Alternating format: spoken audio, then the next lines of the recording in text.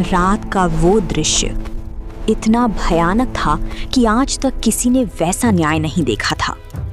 राजमहल के विशाल दरबार में हजारों लोगों के सामने एक बूढ़ा किसान कांपते हुए खड़ा था और उसके सामने हथकड़ियों में जकड़ा हुआ राजा का अपना बेटा खड़ा था।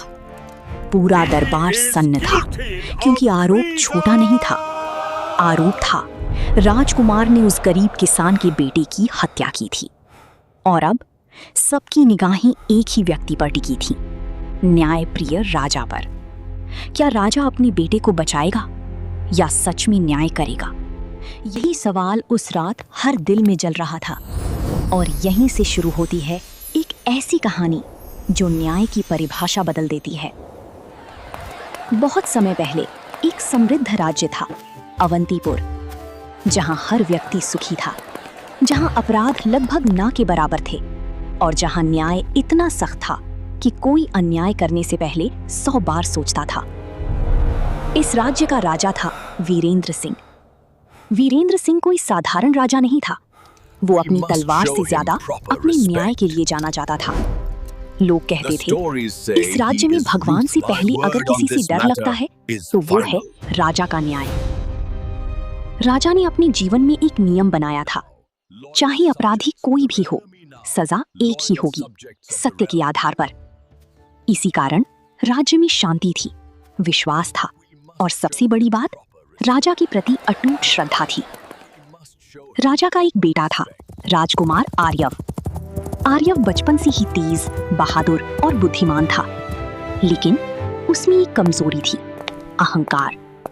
राजा ने कई बार उसे समझाया, शक्ति का घमंड सबसे बड़ा पतन होता है। लेकिन राजकुमार को लगता था वो भविष्य का राजा है, उसे कोई नहीं रोक सकता।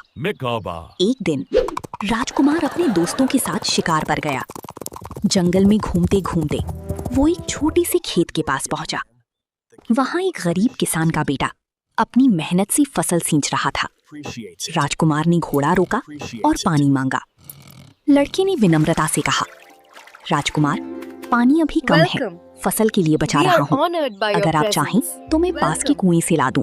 बस यही बात राजकुमार के अहंकार को चुभ गई। तुम मुझे मना कर रही हो? उसने गुस्से में कहा। लड़का घबरा गया। नहीं राजकुमार, मैं तो बस। लेकिन बात पूरी होने से पहले ही राजकुमार ने तलवार खींच ली। उसके दोस्तों ने रोकने की कोशिश की। राजकुमार, ये गलती है। लेकिन अहंकार अंधा होता है। एक ही बार में उसने उस निर्दोष लड़की की जान ले ली। जंगल में सन्नाटा छा गया। राजकुमार को भी एहसास हुआ कि उसने क्या कर दिया है, लेकिन अब बहुत देर हो चुकी थी। कुछ ही घंटों में ये खबर पूरे राज्य में फैल गई। गरीब किसान अपने बेटे की लाश लेकर दरबार में पहुंचा। उसकी आंखों में आंसू नहीं थे, बस एक आग थी। महाराज, मुझे न्याय चाहिए। दरबार में खामोशी छा गई, क्योंकि आरोपी कोई साधारण व्यक्ति नहीं था, वो था राजा का अपना बेटा। राजा वीरेंद्र सिंह ने पूरी बात सुनी। उसके चेहरे पर कोई भाव नहीं था, लेकिन अंदर एक तूफान चल रहा था। एक तरफ उसका बेटा